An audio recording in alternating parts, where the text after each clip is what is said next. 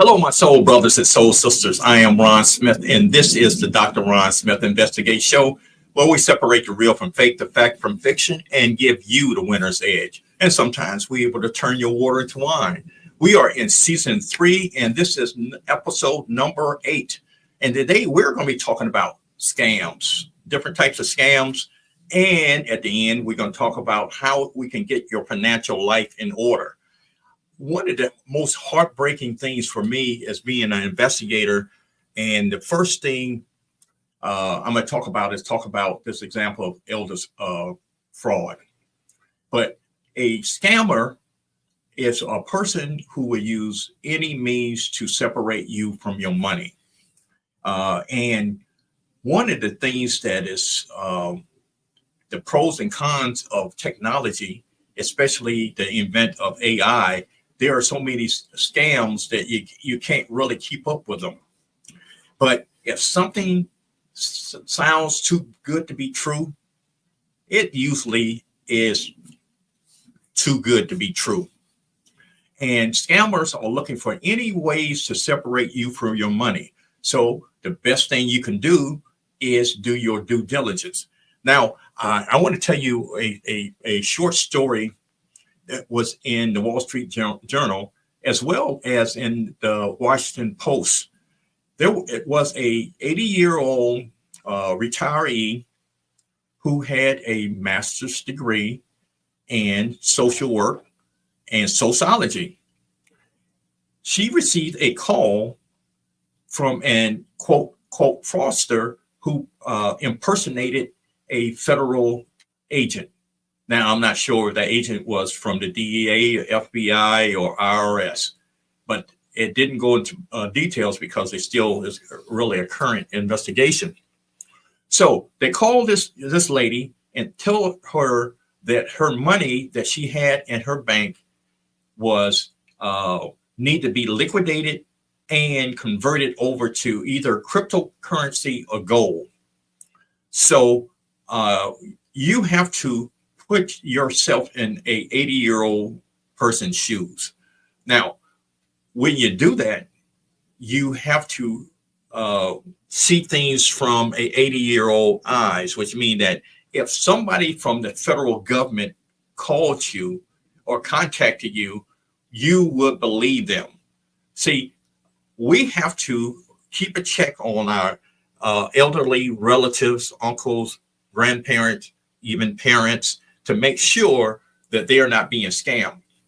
So, and also, if you think about the lifespan of the 80-year-old person, is that they grew up during the Depression. So basically, they were actually good savers, and they believe anything that came from the government. If it's a government official said it, it must be true. If it was on television, it must be true. Of course, we know that we get so much unfiltered news, so much information that has not been vetted, and we must do our own due diligence. But here's what the deal was. This person impersonating the government called this lady, told her that the money that she had in her account was subject to be lost, that she needs to go and get her money out, which happened to be $40,000, and go to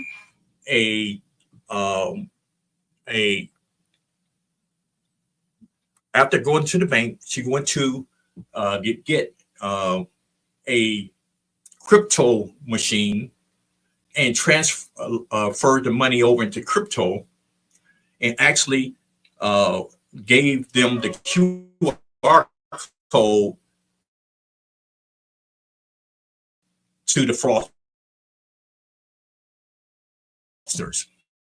Now, here's how this thing works. These fraudsters can be from either some of the third world countries, or they could be from North Korea, China, Iran, etc.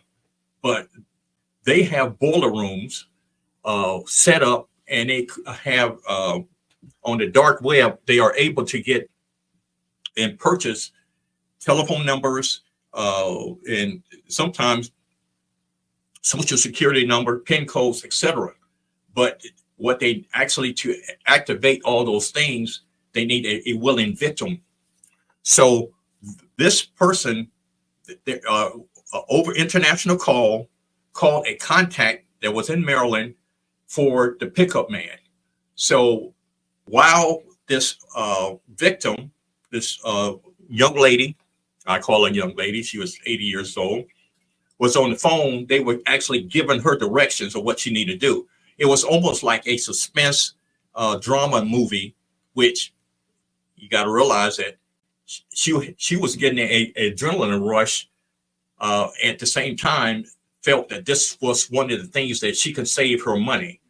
And one of the things that these fraudsters and schemers do, they build a relationship over time to be a trustworthy person. Most of our elderly people and people who are looking for romance, don't have to be elderly, are subject to be scammed and be a victim of fraudsters. One of the things that you can also help in this way, and I'm making this story maybe longer because I'm trying to provide some principles. If you have some elderly relatives, they need personal contact. They need somebody to talk to. They need somebody that they feel secure with, and they need somebody to continuously check on them.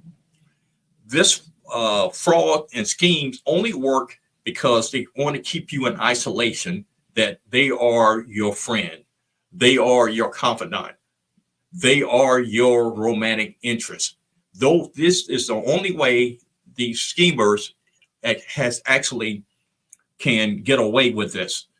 Now, she was on the phone going to the bank, and one of the things that they are doing, most bank employees are trying to identify when an elderly person withdraw a large amount of money, to ask them questions to make sure that this money that they are withdrawing are legitimate. And that is another way that we can, stop this these types of incidents from happening. But it is her money. So if she's adamant about making the withdrawal, there's nothing really they can do about it. So they were giving her, once she get the money, that she will go to a grocery store, and this happened to be a giant grocery store. She will see a man with a blue Honda, and when you see the man in the blue Honda in the parking lot, you go to his passenger door, give him the package. He would accept the package, and then you would go home, and basically that would be the end of the rendezvous. Unless they tell you basically go to a crypto current ATM, deposit the money, and send them the QR code. The reason why they are on the phone, because they don't want any interference or any type of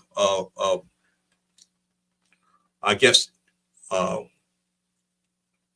situation that would distract you and makes you actually, maybe come to your senses, so to speak. But once they transfer your cash into cryptocurrency, it's very difficult for investigators to actually find and locate where your money is.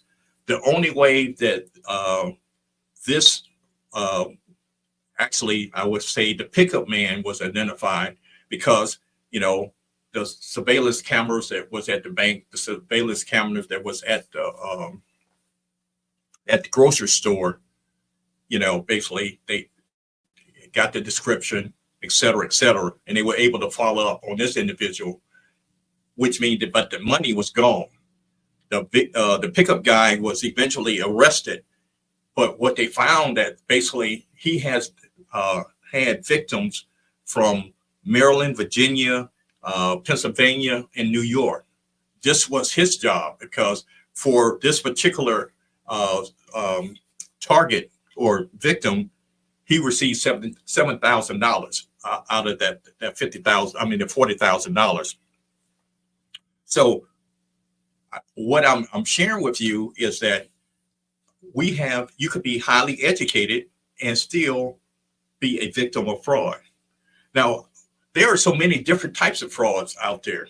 And I just gave you a quick synopsis of how an elderly person can be frauded. Now, and I can give you a situation that almost happened to me, but of course I was on alert. A couple of years ago, I was working overseas and I was in and out of the country. And my wife received an email while I was back home saying that basically I was stuck in Germany and I needed cash because I had lost my passport and I needed to send this person, I think it was like $1,500 or some money that they were going to help me get my passport back. And since I was stuck in customs, I wouldn't be able to contact. Now, here's the thing about it is that since I did do international travel, that was a viable situation that my family could have been a victim because I was in and out of the country. So if I was away or they thought I was in transit trying to get back, that would have been a viable way for them to actually execute that plan. That, of course, that didn't happen, but that was a good idea of how these scams happen. Speaking of elderly, they're called grandparent scams. And this is a scam like if you know you had a child, let's say that he was going to school at NYU, and you received a call saying that your granddaughter was in an accident and was in the hospital and she can't communicate with you, but she needed $5,000 because she actually hit this person. And the person said that basically they're not going to file charges if we make this transaction. Believe it or not, if you don't double check and if you don't have good communications with the parent or with the grandchild, and you know the grandchild was in New York at that time, and if your emotions and the panicking of the situation, if you could put yourself in that position, you can see how that can be make you jump to action, because basically what they use that, hey, you got to do it right now. Time is at the essence. They try to make it an emergency. It's a financial emergency as well as a medical emergency, and we need to act on it right now. Now, there's called adoption. A lot of people try to adopt, especially trying to make the adoption out of the country, and a lot of people get caught up with. Some people are unethical adoption agencies, and you're trying to adopt a child in the Philippines or even in Africa. There's a lot of State Department, a whole lot of things. People need to get involved with that and actually make that happen. So you could be defrauded in the process. Now, I know you heard of the advanced money schemes, the Ponzi schemes, the telemarketer fraud, et cetera, et cetera. If a situation looks too good to be true, then you must be able to make that cognitive decision. The Ponzi schemes and the pyramid schemes are basically, if I say that basically I can get you, let's say 20% of your money within the next 60 days, you might want to double check that. So we're going to take a quick break. And when we come back, we're going to talk about what's going on in the news right now, which means the charities and the disaster fraud. Let's take a break.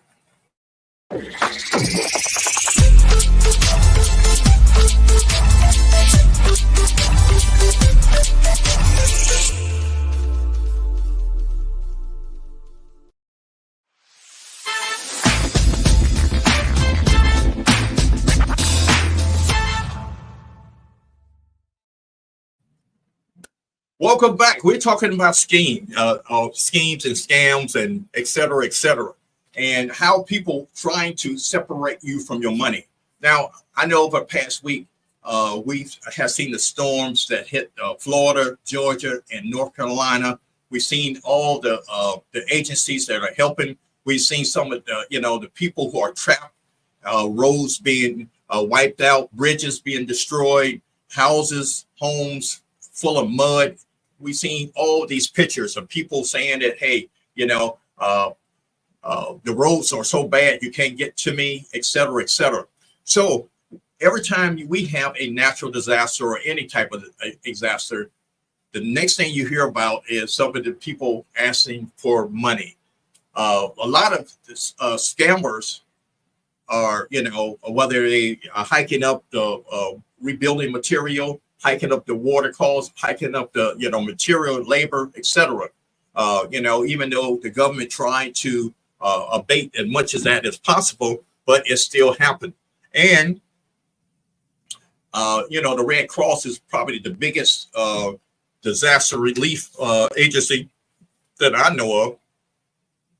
But there are others. But there are scammers out there also, sending you emails. We see the crowd fund profile. You might even get a call from somebody saying that they are collecting for the disaster relief funds.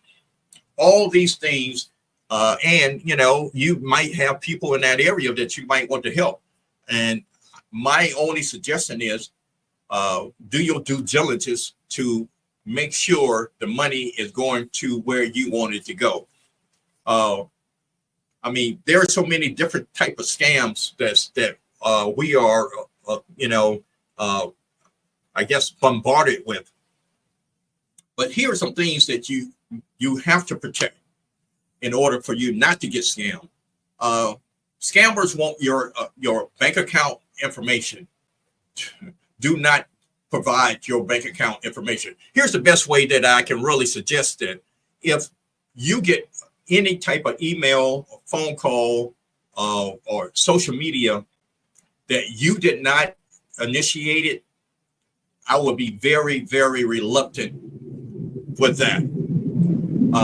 Do not give your social security information, your PIN codes, your account number. Those things you really, really have to hold dear and close to your heart. And the thing about it is that when you give this person any of that piece of information, they will be able to lock in and take over your accounts, and then basically you will not be able to even ascertain that. Now, the romance schemes is pretty much, all these schemes are pretty much the same. They try to befriend you, and if somebody is asking you for, your personal or your relational information more than basically they are, given to you, like, if the only time you meet this person is online, and basically you can't meet at a at a Starbucks or at the mall or some safe place, it's always an excuse why they can't meet you in person. Matter of fact, MTV got this whole show been on for years called Catfish, regarding people scamming and not being who they say they are. And one of the clues is it basically they're asking you for more information about you than they're giving them about themselves, and they can't meet you. And the big red flag is when they start asking you for money. That is a big red flag, and what it basically, to me, I can't even get past that. A social, network that you can actually, live in, facilitate. because basically if you don't, you'll find yourself more susceptible to that situation than not. So now I know the one of the things that help scammers is that they know that if you find out that you've been scammed, whether financially or romantically, they know that basically you're going to be shamed. 99% of the people who have been scammed don't come forward because they said, I should have known better. This was too good to be true. How did I let him or her trick me into this? So if you have been scammed, the first thing you need to do is call and report it immediately to your bank and your credit card company. Next, I will call the local police, and if it's over a certain dollar amount, you might need to get the federal, the FBI, or IRS, or any Treasury Department involved in that. So basically, the thing about it is, if it happened to you, I'm quite sure that it has happened to someone else. And one of the things that I want you to be clear on, we are talking about not a local and not a state. We're not even talking about a countrywide. We're talking about an international range of people who do this day in and day out. And matter of fact, about a month ago, 60 Minutes went undercover and they interviewed some of these people at some of these what I call boiler rooms, where this just a warehouse that is full of telephones, and they have a script that they go by, and they call people all 24/7 days a week to find victims. And believe it or not, these people in these foreign countries are making millions and millions of dollars being able to do this. So number one, you're going to call and report to your bank, your credit card company, and law enforcement. Number two, you're going to contact one of the three or all of the reporting credit bureaus, which mean basically Equifax, Experian, or TransUnion. Make sure that you contact them, and basically you put a fraud alert on your account. So basically this person won't be having your identity and prevent identity theft. Number three, what you want to do, you want to update your password and verify your personal information. Now, I know it's a pain in the butt, but sometimes you have to do a two-factor authentications to log into your account. I know it takes you longer to do that, but that is a way that you can actually prevent that. And what you need to do is set up real-time notification, which means basically if you are shopping at Nordstrom's, it would immediately be on your phone saying that, hey, you spent $90 at Nordstrom's, and basically you can verify that. So be on the lookout. Do not accept texts, because they use a text now, that that basically if you didn't make a payment by PayPal, and that, or you have a PayPal account, and you didn't do any transaction, and it pops up that hey, that you need to verify something on that, you may need to call PayPal or directly. So that was just really one of the examples. If you know that there's some transaction that you didn't do, it's best to always, I would say each month, to review your bank statement.